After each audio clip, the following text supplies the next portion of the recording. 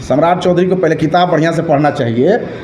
अपने तो 19 साल की उम्र में मंत्री बन गए थे लालू जी की श्रेय से, और आज हम कहते हैं कि आप देख लीजिए, तमाम पार्टी के लोग देश के तमाम राज्यों में लोग गणना कराने के लिए तैयार हो गए हैं। जनगणना बताया है, इस पर उंगली उठाया है। आज हम मौजूद हैं राष्ट्रीय जनता दल के कार्यालय में। हमारे साथ राष्ट्रीय जनता दल के जिलाध्यक्ष मौजूद हैं, उनके साथ प्रधान महासचिव भी मौजूद हैं। हम जानेंगे जो जनगणना हुआ है उसमें कितनी सच्चाई है, क्या ये जनगणना सही साबित हुआ है या इससे कितने आगे सरकार को बेनिफिट मिलेगा। सबसे पहले आपका बिहार 24 न्यूज़ में तो स्वागत है। धन्यवाद। अभी जो जनगणना आया है उसको लेकर बीजेपी काफ़ी आक्रोशित है। उसका कहना है कि इसमें काफ़ी त्रुटियां हैं, इसे फिर से कराया जाए। इस पर क्या देखते हैं? इसमें गलत क्या है? हमारे सरकारी कर्मी, शिक्षक, सुपरवाइज़र, बड़े से बड़े प्रखंड विकास पदाधिकारी सभी लोग लगे हुए हैं, और सरकारी कर्मियों की विश्वसनीयता है उस पर सवाल उठा रहे हैं बीजेपी के लोग, तो ये गलत है। स्वयं झूठ बोलने वाले लोग हैं और दूसरे को बोलते हैं कि वो गलत कर रहे हैं। ऐसा तो हमारी सरकार की तरफ से कुछ नहीं हो रहा। सवाल उठाने का मुख्य मकसद ये कहा जा रहा है कि जहां बिहार में यादवों के बाद कुशवाहा का दूसरा नंबर माना जाता था, आज उनकी संख्या 4% के आसपास चली गई है, चौथे तीसरे नंबर पर चली गई है। इस पर ज़्यादा सवाल उठाया जा रहा है, इस पर क्या कहना चाहिए? देखिए, केवल कुशवाहा की बात ना करें। आज लोहिया जी की पुण्यतिथि है और उन्होंने 67 में कहा था कि 100 में पिछड़ा पावे 60। आज पिछड़ों के बाद 63% आई है ना, तो कहाँ गलत दिख रहा है? बता दीजिए हमको। क्या 67 से आज तक जोड़िए इतने सालों में क्या 3% की वृद्धि नहीं हुई है? उसमें कोई जातीय जनगणना नहीं हुई थी जब जो लोहिया जी थे। 1931 के बाद पहली बार हुई है। तब का उनका नारा था कि 100 में पिछड़ा पावे 60। तो आज 63% है, तो कहाँ आपको ज़्यादा दिख रहा है? ऐसा तो नहीं है। सरकार का जो कुशवाहा जाति में आक्रोश देखा जा रहा है। उनका कहना है कि जो जनगणना कराया गया है बिल्कुल फॉल्स जनगणना कराया गया है, लोग नहीं पहुंचे हैं सही तरीके से, इस जनगणना सही साबित नहीं हो पा रहा है। वो पिछड़ों की लड़ाने की बात है, वो लोग इसी तरह बोल करके। तो आप ये भी मानते हैं कि कुशवाहा की संख्या मात्र 4% ही है? जी जी, ये आप मानते हैं इस चीज़ को? निश्चित। इससे चुनाव जो अभी आने वाला है, इससे आपके पार्टी को कितना फ़ायदा मिलेगा? पार्टी फ़ायदा ही फ़ायदा है, फ़ायदा ही फ़ायदा है। आज तक लोग कहते आ रहा था कि पिछड़ों की आबादी कहाँ है, दलित की इतना कहाँ है। हमारे पुरखों ने, जगदेव बाबू ने कहते थे कि 90% हमारा है, 10 का शासन नहीं चलेगा। तो गलत थोड़े बोलते थे वो। अभी कल परसों बीजेपी के जो प्रदेश अध्यक्ष हैं उनका बयान आया कि लालू यादव जो है गड़रिया समाज से आते हैं और उनने अपना जाति यादव में कन्वर्ट कराया। ये गलत है। हमारे यादव वंश में 7 कुरियाँ होती हैं। वो गड़िया कुरी है, गड़ेरिया नहीं, गड़िया। सम्राट चौधरी को पहले किताब बढ़िया से पढ़ना चाहिए। अपने तो 19 साल की उम्र में मंत्री बन गए थे लालू जी की श्रेय से, और आज आप भ्रंश बात कर रहे हैं। आप पता कर लीजिए इसकी 7 कुरी होता है यादव वंश में। उसमें एक गड़िया है, गड़ेरिया नहीं, गड़िया। उसको बढ़िया से आप लोग वो गड़ेरिया बता रहे हैं। हाँ, नहीं, गड़िया। गड़ेरिया तो पाल जाति को लोग बोलता है, लेकिन गड़िया एक कुरी है जो गोपालगंज में पाई जाती है। हमारे यहाँ राजपुर में लोग हैं, हमारे राजपुर के प्रखंड अध्यक्षपुर में थे, वो गड़िया जाति से हैं। यहाँ बैठे हुए हैं हमारे भाई, वो लोग गड़िया उपजाति है। यादव में गड़िया उपजाति है। ऐसा भी माना जा रहा है कि आप बीजेपी कर रही है कि इस जाति जनगणना कराकर नीतीश कुमार खुद फंस गए हैं, अब उनको खुद डर लगने लगा है। ये सब वो लोग दिग्भ्रमित करना चाहते हैं बिहार की जनता को। बिहार की जनता अब दिग्भ्रमित होने वाली नहीं है, क्योंकि अगर देखा जाए तो बिहार में जो MY समीकरण है वो काफ़ी स्ट्रॉन्ग है, उससे कहीं ना कहीं लालू यादव को फ़ायदा हो रहा है। केवल हम लोग MY तक ही नहीं हैं, हम लोग A to Z हैं। जो लोग बोल रहा है कि MY, हम लोग उसको बहुत पीछे छोड़ चुके हैं। ये पार्टी हमारी A to Z पर चली गई है। तो क्या लगता है अगर MY को छोड़ दिया जाए तो अन्य जो जात है कितना समर्थन मिल पाएगा? हम लोग छोड़ कहाँ रहे हैं MY को? हम लोग तो सबको लेकर चलने की बात कर रहे हैं A to Z में। नीतीश कुमार कहाँ जाएंगे फिर? नीतीश कुमार साथी हैं, हम लोग के साथी हैं नीतीश कुमार। नीतीश कुमार हमारे नेता हैं बिहार में, हमारे मुख्यमंत्री हैं, हमारे PM फेस भी हो सकते हैं गठबंधन की तरफ से।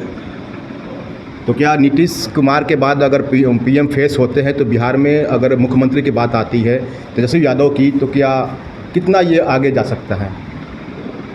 उस समय 25 में ये हम लोग तय करेंगे।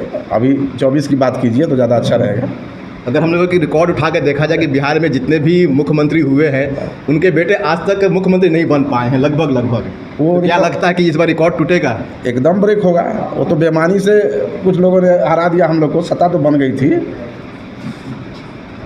उसमें शक नहीं था, लेकिन 25 में निश्चित ही हम लोग जीत के आएंगे, ऐसा हम लोग का अनुमान है।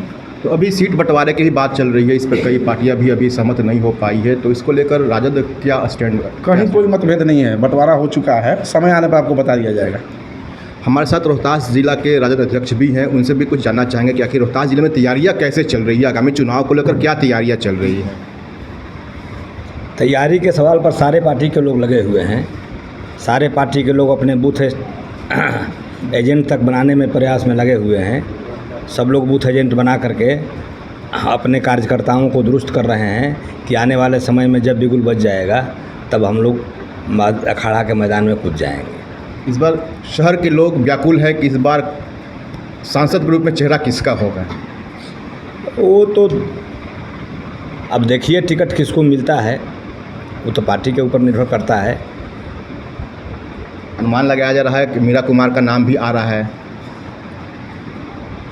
अब यह कहा नहीं जा सकता, लेकिन आएगा तो हम लोग मजबूती से मीरा के साथ खड़ा रहेंगे। लेकिन मीरा अगर सासाराम आती है तो पार्टी सहयोग करेगी। मजबूती से खड़ा रहेगा, खड़ा ही नहीं रहेगा, जिता करके दिल्ली भेज देगा। तो इस बार हमारे सासाराम संसदीय क्षेत्र की बात करें तो इस बार क्या मुद्दा होगा? सासाराम संसदीय क्षेत्र के सवालों पर मुद्दा क्या होगा? आज के परिवेश में जो राजनीतिक खास करके चर्चाएं जो चल रही हैं, आपने अभी तुरंत जातीय जनगणना की बात कहा। जातीय जनगणना के आधार पर, जातीय गणना के आधार पर जो आया है फेज सामने और विरोध जो कर रहे हैं, वह लोग अपने आप को छोटा साबित करने में लगे हुए हैं। आप देखेंगे जहां कुशवाहा की आप बात करते हैं, कुशवाहा के साथ साथ पहले दांगी भी था। दांगी जात के लोग आज 4 बरस पहले कुशवाहा में ही गिने जाते थे, लेकिन दांगी की कुरी अलग हो गई, इसलिए अति पिछड़ा में हो गया है। तो दांगी अलग हो गया और कोयरी अलग हो गया, तो कोयरी कम कहाँ रहा? दांगी कोयरी एक हैं, रोटी बेटी का संबंध भी है, लेकिन दांगी को अलग करके अति पिछड़ा में लोगों ने शामिल कर दिया, तो दांगी को भी जोड़ा जाएगा कि नहीं जोड़ा जाएगा? तो दांगी की आबादी अगर 1.6% है तो वो कहाँ जाएगा? उसको भी तो उसी में जोड़ा जाएगा। तो खास करके जो अब मेन बात है कि अगर जातीय आधार नहीं बनेगा तो आरक्षण किसको आप देंगे? जो अति पिछड़ा को आरक्षण देने का सवाल है, पिछड़ा को आरक्षण देने का सवाल है। समाज के अंतिम पंक्ति में बैठे हुए लोग हैं जिनको ऊपर उठने का मौका मिलना चाहिए। अगर हम कर रहे हैं तो कौन सा बुरा काम कर रहे हैं? तो आप जान लीजिए कि आने वाले समय में यह एक मुद्दा रहेगा। कहा जाता है कि जिसकी जितनी संख्या उसकी उतनी हिस्सेदारी, इस पर कितना आप समर्थन करते हैं? यह तो सही बात है, जिसकी जितनी संख्या भारी उसकी उतनी हिस्सेदारी, यह सही बात है। अगर आप 10% हैं और लेते हैं आरक्षण 10%, तो बाकी लोग 85% हैं, तो उन लोगों को आरक्षण क्यों नहीं 50% देते हैं? अगर हम देश की बात करें तो देश में 85% संख्या हिंदुओं की है, तो क्या आप हिंदू राष्ट्र के लिए समर्थन करेंगे? हिंदू राष्ट्र का समर्थन तब करेंगे जबकि पहले समानता का अधिकार हमें मिल जाए। समानता का अधिकार नहीं मिलेगा और हमें नीच और अछूत बना करके रखा जाएगा। अब बात आई है हिस्सेदारी की बात आई है, तो वही तो हम हिस्सेदारी की तो बात कह रहे हैं कि हमें नीच अछूत और गुलाम बना करके रखा जाएगा और कहें कि समानता का हमको समर्थन करिए हिंदू राष्ट्र का। तो ये हो सकता है क्या? जब तक से हमें समानता के अधिकारों के साथ अगर अधिकार देने का काम नहीं करते हैं, तब तक से हम कुछ कहने के लिए तैयार नहीं। यानी कि लगता कि अब अधिकार मिलेगा, जो ओबीसी है, एससी एसटी है, उनको अधिकार अब मिलेगा? एकदम लड़ाई लड़ करके लेंगे हम लोग। और लालू यादव के नेतृत्व में, तेजस्वी यादव जी के नेतृत्व में जो अभी गणना हुआ है, जातीय गणना, और गणना के आधार पर जो लागू हुआ है, ये हम कहते हैं कि आप देख लीजिए, तमाम पार्टी के लोग देश के तमाम राज्यों में लोग गणना कराने के लिए तैयार हो गए हैं कि नहीं, हम भी गणना कराएंगे, हम भी गणना कराएंगे। और आने वाले समय में देश में गणना होगा, जातीय गणना, और आने वाले समय में सारे लोगों को अधिकार मिल करके रहेगा। और ये श्रेय जाएगा तो लालू यादव को जाएगा और बिहार को जाएगा। लेकिन इधर बीजेपी इस गणना के खिलाफ क्यों है? बीजेपी गणना के खिलाफ इसलिए है कि वह जानती है कि जिस दिन गणना हो जाएगा हम कौड़ी के 3 पाँच हो जाएंगे, हमारी औकात नहीं रह जाएगी, हमारी वजूद नहीं रह जाएगी। हमको इनके साथ सम्मिलित करना पड़ेगा और हमको नेता मानना पड़ेगा लालू यादव को, हमको नेता मानना पड़ेगा तेजस्वी प्रसाद यादव को, हमको नेता मानना पड़ेगा नीतीश कुमार को। इसलिए यह विरोध कर रही है। अभी देखा जाए तो अभी जो केंद्र सरकार ने महिलाओं को 33% आरक्षण दिया है, उसको कितना सही मानते हैं? आरक्षण तो सबसे पहले हम ही लोग की सरकार है, जो देवगौड़ा जी के नेतृत्व में बनी थी 96 में, वो लेकर के आई थी। सरकार अल्प मत में थी और हम लोग उस समय ये पारित नहीं कर पाए आरक्षण में आरक्षण। तो ये हम सबसे पहले तो हम ही लोग इसको पारित कर सकते थे, किन्हीं कारणों से हम अल्पमत में थे, नहीं कर पाए। तो दिए हैं तो इसमें हम लोग इसका विरोध नहीं कर रहे हैं, लेकिन उसमें आरक्षण में आरक्षण होना चाहिए। और ये आरक्षण तो इनका एक बहाना है, असली तो ये है कि महिलाओं में इनकी छवि गिर गई थी। ये विदेशों में भ्रमण करके आते हैं, लेकिन नागालैंड में देखने नहीं गए कि क्या स्थिति है मणिपुर में महिलाओं की, वहाँ देखने नहीं गए। अपने उद्योगपति मित्र के लिए सैकड़ों देश की यात्रा करते हैं। कहीं एक डील बता दीजिए कि सरकारी कंपनियों के साथ हुई हो, सारे के सारे डील उनके निजी जो मित्र हैं उन्हीं की कंपनियों का डील होता है और सरकारी पैसे से यात्रा करते हैं और महिलाओं का सम्मान का बात वो करते हैं। ये दिखावा है।